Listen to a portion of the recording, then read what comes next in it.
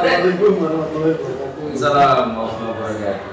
Jadi saya dapat tugas dari program pendidikan guru TK, di mana saya disuruh mewawancarai kepala sekolah tentang pengambilan keputusan mengenai dilema etika dan kebijakan moral.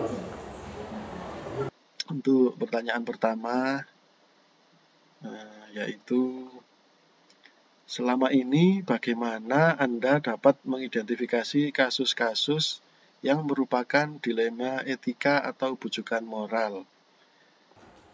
Jadi selama ini pembinaan saya sebagai kepala sekolah terkait dengan kasual yang ada di sekolah ini itu panjenengan tahu semua, apalagi terkait dengan siswa. Kalau memang dilema etika itu antara kasihan dan aturan, itu ambil kebijakan di tengah-tengahnya. Maka panjenengan harus di posisi seorang guru, seorang pimpinan yang harus bisa mendekat pada anak-anak terkait dengan semuanya. Jika memang itu kondisi anak dalam ekonomi yang di bawah, ya kita memihak pada mereka. Tapi jika memang kondisi anak di ekonomi yang atas, ya, sementara anak itu tidak memahami kejelasan apa maknanya, ya aturan ditegakkan. Memang antara aturan dengan sifat kasihan memang jadi satu memang. Itulah ruh manusia. Tapi harus bijak dalam menyikapinya. Sementara jika memang bujukan moral, bagaimana? Ya harus hak dan kewajiban yang ditinggikan antara benar dan salah. Itu harus muncul dalam suatu komunitas guru terkait dengan upaya melakukan pendidikan pada anak. Jadi jika memang itu salah, ya katakan salah pada anak. Dan jika memang itu benar, ya dikatakan benar pada anak. Itulah namanya gesah, namanya atau kewibawaan. Jadi antara kewibawaan seorang guru dan pengambil decision maker keputusan pada dilema etika, itulah seorang leader atau pemimpin yang dibutuhkan di sana. Jadi seorang CGP, Bapak Ibu guru yang sebagai calon guru penggerak harus memiliki sifat gesah atau kewibawaan dan juga memiliki sifat seorang decision maker atau keputusan yang bijak. Itu cara untuk mengidentifikasi terkait dengan permasalahan-permasalahan yang ada di sekolah itu. Untuk pertanyaan kedua, selama ini bagaimana Anda menjalankan pengambilan keputusan di sekolah Anda, terutama untuk kasus-kasus di mana ada dua kepentingan yang sama-sama benar atau sama-sama mengandung nilai kebajikan?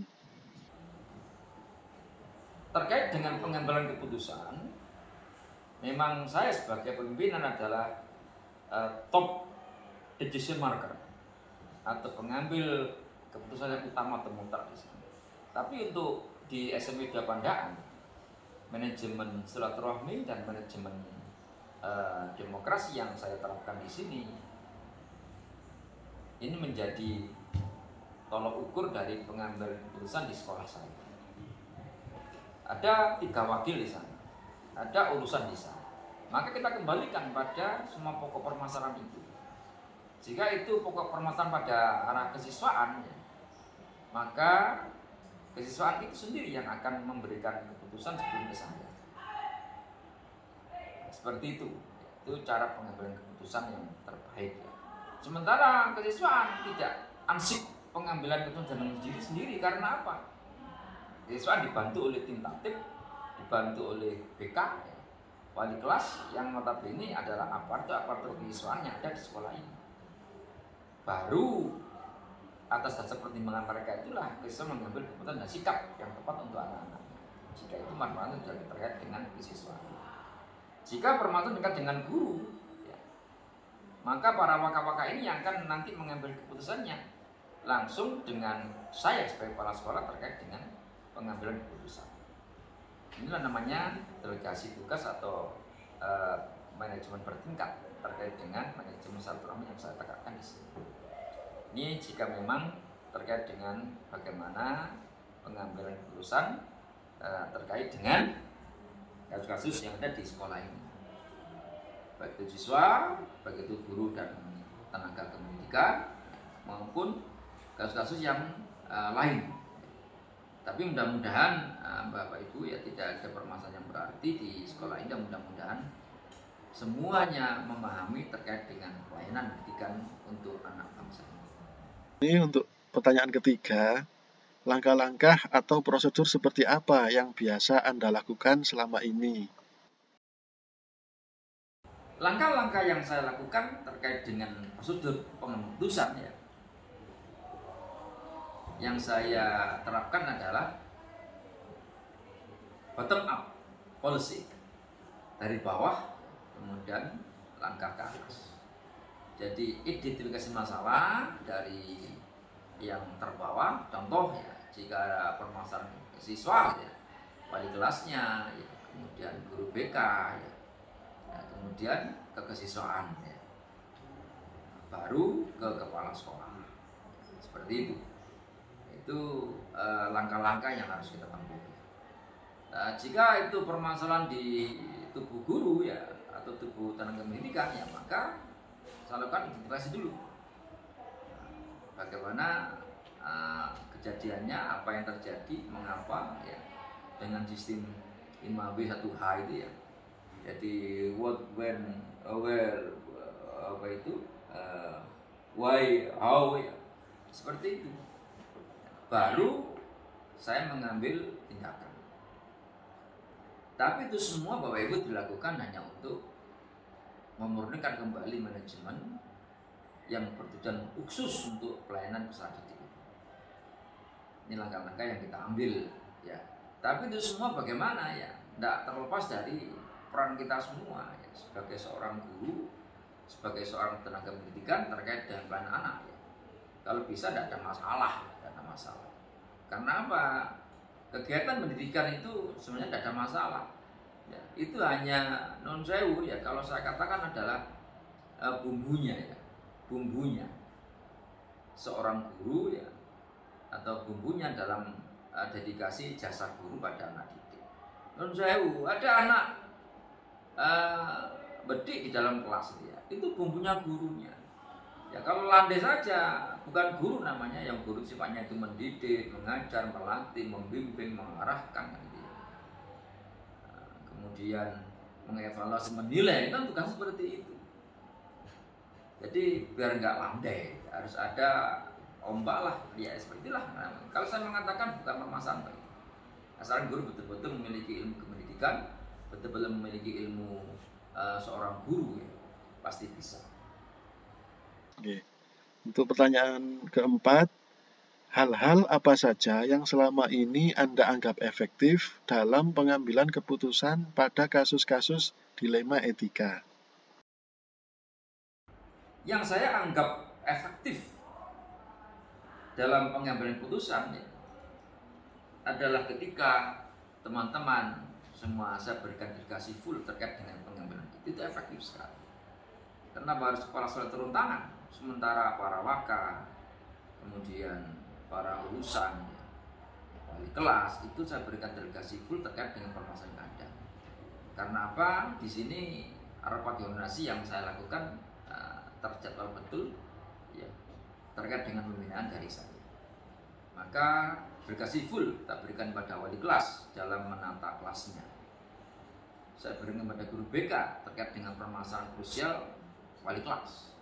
Saya berikan kesiswaan dan pembinaan OSIS terkait dengan permasalahan terkait dengan siswa. Dan saya berikan waka-waka terkait dengan permasalahan terkait dengan siswa dan guru atau pendidikan.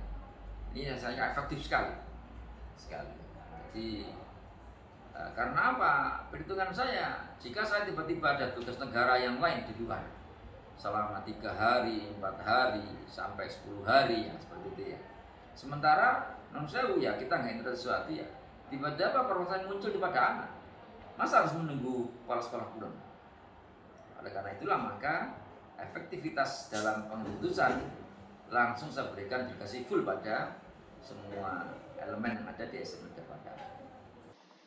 Untuk pertanyaan kelima, hal-hal apa saja yang selama ini merupakan tantangan dalam pengambilan keputusan pada kasus-kasus dilema etika? Sebenarnya semua permasalahan dilematika itu tantangan ya. Jadi saya katakan bukan permasalahan itu tantangan ya, atau bumbunya ya. Kalau mungkin bahasa jenengan mengatakan tantangan itu bahasa jenengan ya. Kalau saya mengatakan bumbunya kan. Ya. Jadi semua permasalahan dilematika adalah tantangan panjenengan sebagai seorang guru. Karena guru itu bertugas 7 tadi itu, mendidik, mengajar, melatih, membimbing, membina, ya, mengarahkan, ya, menilai, mengevaluasi kan seperti itu. Gitu ya. Jadi itu tantangannya guru sebagai seorang guru. Kalau hanya landai-landai saja, ya pinter kabeh lah ono guru seperti itu ya. Kalau memang itu pandai kabeh, jadi guru kabeh. Tapi kalau mungkin ada anak seperti itulah tantangannya seorang. Nah, ibaratkan seorang petani, apa tantangannya itu? Ya, waktu tandur awal ya tiba-tiba musim penghujan deras, seperti itu gitu ya. Itu kan tantangannya. Bagaimana caranya seorang petani mengatasi agar benihnya tidak hanyut kan gitu. Sebenarnya guru, bagaimana tantangan guru ketika di kelas, ketika anak seperti tantangannya. Saya kira bukan permasalahan gitu. Karena guru siap tantangan apapun yang ada di kelasnya. Lucu sekali ketika guru itu tidak bisa menjawab tantangan itu gitu. Atau challenge and respond kan bahasanya dia. Pernah saya kutip sebuah manajemen seorang pemimpinnya gitu, talent and respond, tantangan dan jawaban. Ada tantangan ya harus menjawab. Jangan sampai ada tantangan guru tidak menjawab sama sekali. Nah, ketika ada tantangan ya guru menjawabnya dengan respon yang cepat. Karena guru itu ada ilmu didaktiknya, ada ilmu strategi belajar mengajar, ada ilmunya perencanaan belajar kan seperti itu. Nah, ketika kuliah kan dulu ada ilmu seperti itu, maka dimanfaatkan.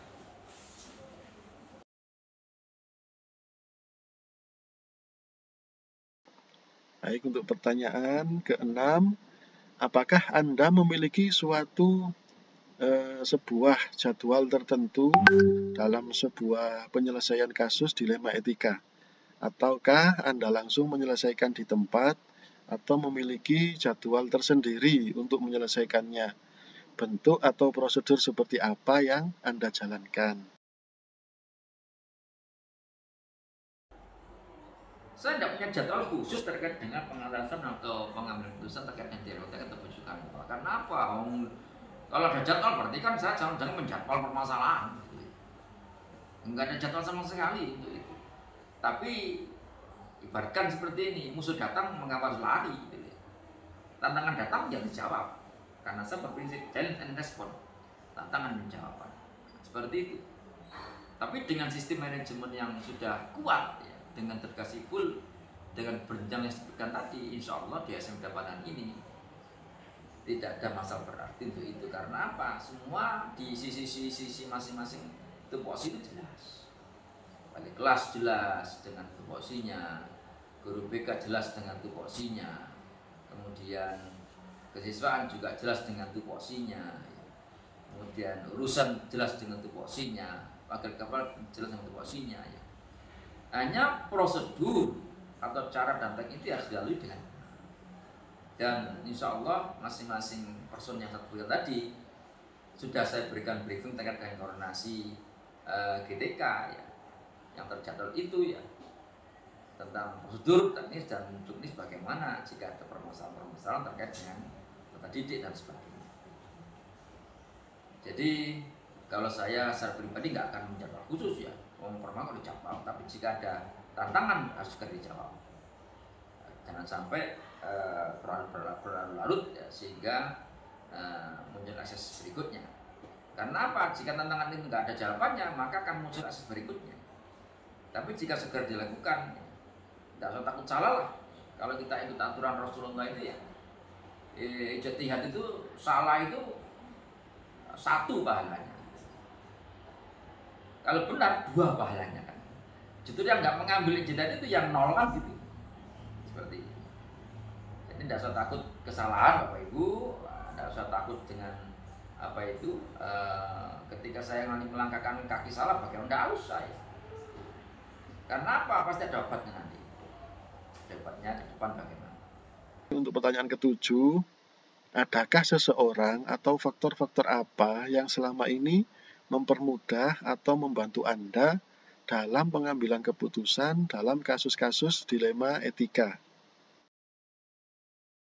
Sebenarnya yang membuat lancarnya manajemen SM Daman ini adalah karena masing-masing posisi dan teman-teman itu sudah memahami itu posisi masing-masing. Jadi itulah kunci mempermudah saya terkait dengan pengambilan keputusan. Kalau sudah diambil dengan tepat ya kenapa harus kita revisi ya sudah bagus. Jadi kunci keberhasilan terkait dengan mempermudah membantu dalam mengambil keputusan dalam kasus tidak dilema etika bagaimana ya? Faktor-faktornya adalah ya karena manajemen yang betul-betul sudah kuat dan kokoh. Delegasi yang sudah full ya atau penuh terkait dengan pengetasan dilema etika itu atau rujukan moral itu ya dengan dasar bahwa semua rambu-rambu telah saya berikan pada masing-masing pemegang kepentingan. Itu faktor-faktor yang utama yang paling mudah terkait dengan keputusan.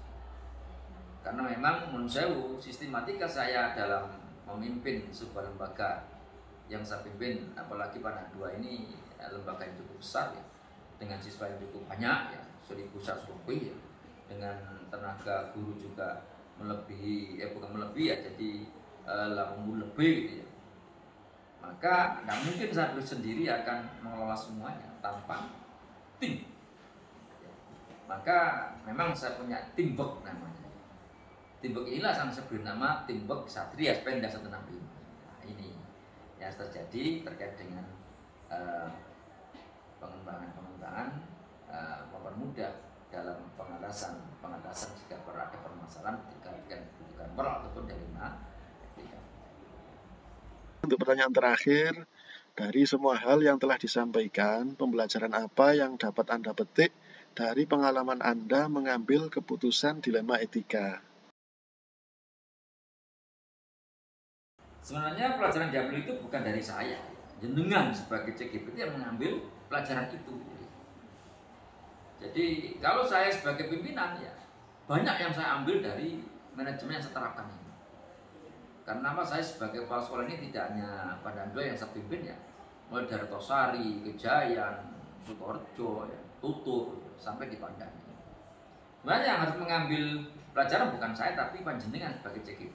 Oh ini loh pola kepemimpinan kepala sekolah saya. Oh ini loh manajemen yang dijelaskan pada kami terkait dengan manajemen ini. Untuk manajemen jenengan pribadi, manajemen jenengan di kelas, manajemen jenengan dengan teman-teman jenengan semua. Nah, ini masih seperti itu. Jadi ini pertanyaan yang berbalik nih pada jenengan sendiri. Jadi kenapa bertanya pada kepala sekolah? Karena kepala sekolah sendiri banyak yang diambil terkait ini sehingga menerapkan seperti ini. Kalau saya sendiri mengambil kesimpulan dari sekolah-sekolah yang saya pegang itu ya memang berbeda-beda terkait dengan manajemen. Cuma di sini di Pandan 2 ini memang saya berikan kalau saya boleh mengatakan dengan istilah total quality management. Total quality management. Jadi manajemen berkualitas total ya, menyeluruh dengan pendekatan holistic approach saya, pendekatan yang menyeluruh. Ini yang harus menjadi titik ukur pada panjenengan semuanya sebagai seorang JGP. Apa itu pengalaman yang harus dipetik panjenengan sebagai JGP dengan manajemen kepala sekolah di Pandan 2. Yang merasakan itu bagaimana ketika saya bertindak, bagaimana saya berikan contoh, bagaimana saya ketika membina dan melatih atau memilih panjenengan semuanya, dan bagaimana ketika saya berpendapat dan bagaimana saya mendorong panjenengan agar sukses dan berprestasi. Ini yang harus banding-bandingkan ya, harus dengan resapi semua terkait dengan pengalaman pribadi panjenengan. Bagaimana, cukup ya? Ini dari saya sebagai kepala sekolah. Hanya ini pertanyaannya. Ya, kalau butuh yang lain apa-apa. Ya. Oke, terima kasih. Mudah-mudahan berkah semuanya.